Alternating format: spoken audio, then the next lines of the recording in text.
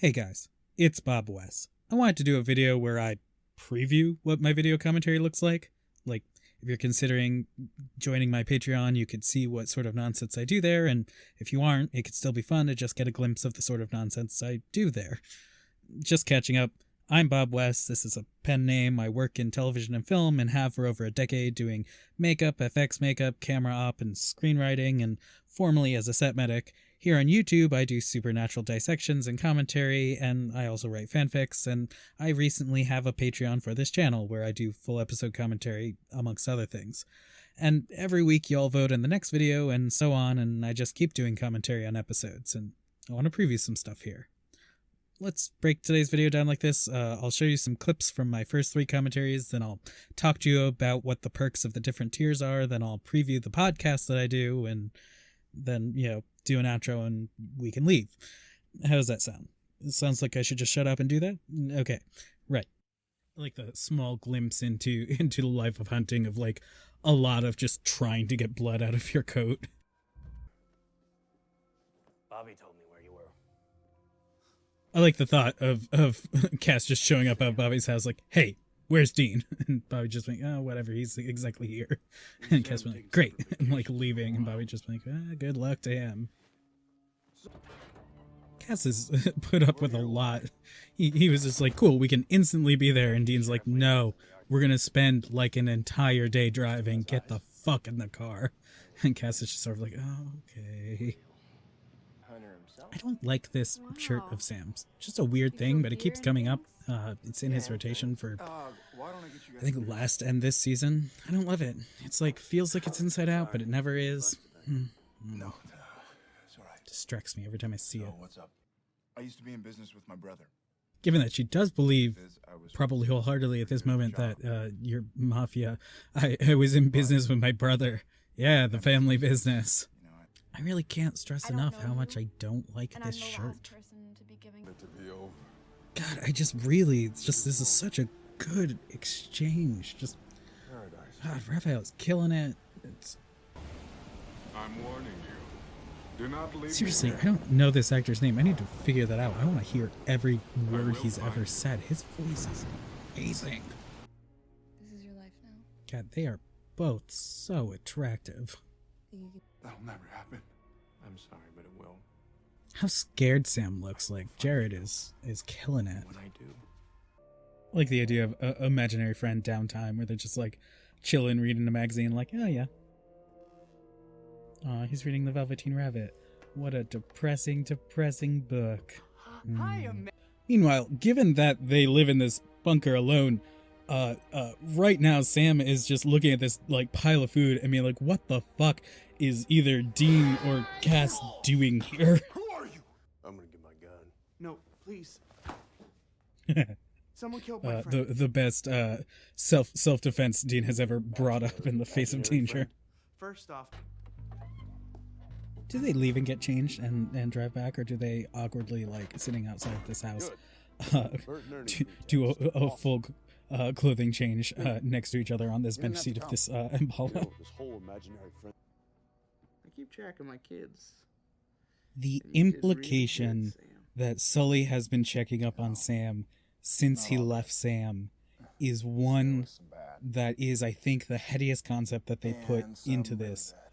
Or just like the most tragic, because hear me out, he's like, cool, I've left Sam, he's gone into hunting, this is not a good thing. He like watches probably on the edge of his seat as like Sam has near miss after near miss of just getting murdered in his childhood and teen years, and then Sam leaves for college and Sully's like, oh my god, he ran away, he got out, he's gonna be a lawyer, he's going to school, he's so normal, he's having a good life, look, he has a girlfriend, oh, I think he's gonna propose soon, okay, Dean came back, okay, they're going on a hunt, but he's like in law school, so it's gonna be fine. And oh, his girlfriend just died, and he's getting back into hunting. Oh, that's not good. Okay, that's terrible.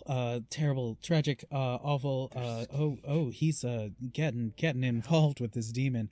Oh, he died. He died. That's what I thought was going to happen. That's the most terrible. Okay, Dean sold his soul. Okay, he's back. That's not unexpected. He is back in the fold, and that is fine. He is drinking demon blood. He is drinking demon blood. He is a psychic drinking demon. He killed Lilith. Oh God, he's let Lucifer out. That is not it. He is Lucifer. Lucifer is in Sam, and he has tumbled into mega super hell for forever. Oh no. Just like absolute worst case scenario. And yeah, eventually he sees like Sam come out on the other end of that, then soulless and like struggle through everything else in life. But like there is the idea that he was like, I almost got this kid out, and the horrors that have befallen him. Just truly something horrifying to think of. Dean's just plugging away. I'm glad he waits until he's like got his hands free to like talk. I feel like your mouth wasn't gagged. You could have just like chimed in here anytime, but wait till you get up. No rush. Oh, yeah, you murdered a few people, but like we hugged it out. So like, yeah, I don't know. Have fun. Enjoy. Hopefully this works out. They had enough of a sideways stare off into the distance. I thought we were going back into a flashback. Thank you. The collateral damage of angels is downplayed in later seasons, but I really do like it whenever we explore it. You know I have to stop. Man, both of these guys are bringing such their A game to the acting in this episode. In the whole episode, but like, just this exchange is Remember, you're not all hot. just the emotions coming across from both of them. Gorgeous. I'll be real. A lot of these commentaries is just gonna be me being like, they're doing so good.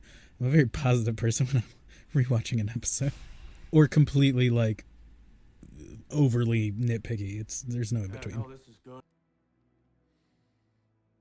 There's definitely a brief moment where Bobby brings the gun out and Dean's just like, he once threw my dad off this porch with a shotgun. Am I about to be at the end of a gun here? Adam's been underground for a while. I mean, you know, you can hold your breath for a fair bit, but he was probably like his ashes. He was probably burned and scattered by the boys, not like buried in a coffin. So he didn't have that like initial breath of air. He's lucky Cass was there to like yank him the fuck out. He does immediately pass out. So clearly, not doing great on the oxygen front. I'm imagining the time before he got in here, that like Cass was just like literally holding him hostage while Sam like slowly moved all of the like guns and everything out of the panic room. We didn't lie. We just avoided certain truths to manipulate you. Although you did like lie. You like point blank said that he was the Michael Sword and would fight the devil. Although it turned out you didn't lie, because that will happen. But at this point, like in time, you like didn't just avoid truths. You did lie. Each time Dean escapes, it just becomes more levels of restraint. It's like, you tried to leave. We've taken you. We're putting you in Bobby's. Oh, nope, you're trying to leave again. We're locking you in the panic room. Nope, you found a way out of that. Cool. You get handcuffed to the bed in the panic room in Bobby's. Next time it's like gagged and hogtied. Adam's gone. I am. Fucking yes! I was so here for it. The first time this happened, I lost my shit. It was great. Also, the aesthetic of Zachariah after he dies, like the whole, I mean, angels in general with the whole wings burnt into the whole whatnot, but like specifically that angle with the blood and the niceness of the room is just so it comes together. So yeah. So I have 3 tiers. The $3 or Bob level patron, the $10 or Bob West level patron, and the $25 or Bobbert Wessington level patron. Why did I name them like that? Who knows how this crazy brain works? I certainly don't. Basically, all 3 tiers get patron-only updates, occasional previews of upcoming videos and title cards, and a weekly picture of Samantha. For those of you who are new, Samantha is my cat, and is much cuter and more interesting than me. For the $10 and up, you'll get the 1 to 2 full episode commentaries a week. Every other week will be a sort of Destiel focused video, like an episode that's considered, Destiel heavy. And every other week will be a video that has nothing to do with that. I know Destiel isn't everybody's cup of tea, and that's fine. I make content, for both, and this way makes sense to me, and we get a wide range to match. You'll also get polls about what episodes y'all want me to do next commentary on. And then at the $25 tier, you add on my podcast sort of thing. I don't know if it's a podcast. I tried to look up the technical definition of podcast. I got like 18 different definitions. It's me. I sit in front of a microphone for an hour or so, and I just tell stories or talk about a thing. And then I let y'all vote for what thing I talk about next week. So far I've talked about my film stories, I've talked about my EMT stories, I've talked about some of my non-film makeup stories. Next week I'm talking about food and supernatural, so it's kind of it will probably jump all over in terms of topics. Preview in a minute. I also post behind the scenes videos and posts, and I do poll on channel content and channel decisions. I will post any unfinished or abandoned content when it comes up. I post outtakes sometimes, which is usually just me desperately trying to say something really simple for 2 minutes straight and then finally getting it right, only to be meowed over by Samantha. And then I also, for those interested here, post fanfic previews, first drafts, and polls on what one-shots and stuff I should work on, and things like that. And all three come with my undying thanks. I also have a goal there. When I hit 100 patrons, I'm going to start doing 2 to 3 video commentaries a week instead of 1 to 2.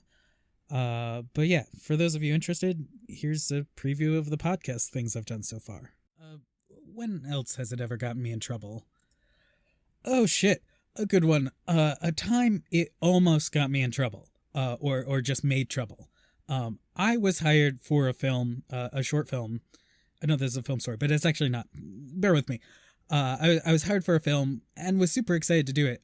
It was this bloody horror short with a great cast and a couple of crew members I was excited to work with, and I was hired on as blood exclusively. There were other SFX artists, but I was the blood guy. I've done a few gigs that call for large quantities of blood. Once it's over a gallon, I make the blood myself. It's cheaper, and I have more control over what it looks like anyway. Sometimes if it's less, I'll make it myself too, just so I know exactly how it'll perform, or if it's mouth blood, because once Ben and I changed their mouth blood, I'm not in love with the flavor of any commercial mouth-safe bloods, and I prefer my actors be happier. But anyway, this shoot calls for 30 gallons of blood. Exciting shit. I love it. So I get contracted and I get to work 2 days before it's needed, and I'm set to go. A stack of blood-filled 5-gallon buckets are ready to go. Get a call, and the directors decide to cut this scene. It was supposed to be this huge flood of blood, and the director decided he wanted to take that part of the film in a different, less bloody direction. So they didn't need any of the blood at all. I'm sad, just because I thought it would have been a fun set. I'm not devastated, though. I had a contract. Even if I'm not needed on set and wasn't on set, they have to pay me as if I was on set because I was contracted to be there.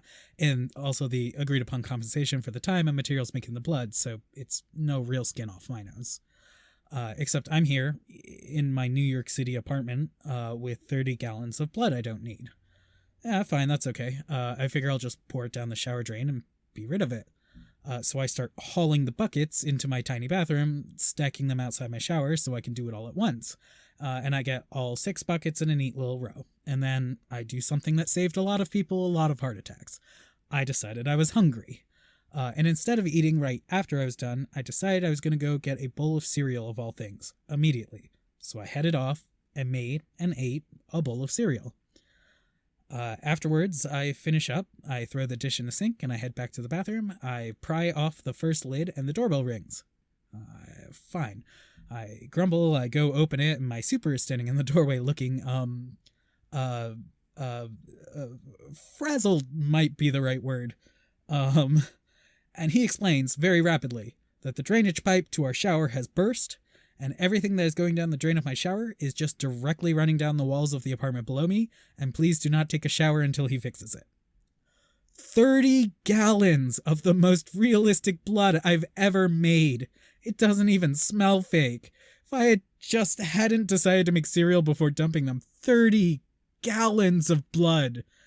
Oh man, I have to admit, like, the practical side of me is like, thank God. First off, police. Second off, scaring the shit out of the neighbors downstairs. Third off, the amount of cleaning that some poor asshole, probably my super, would have to do.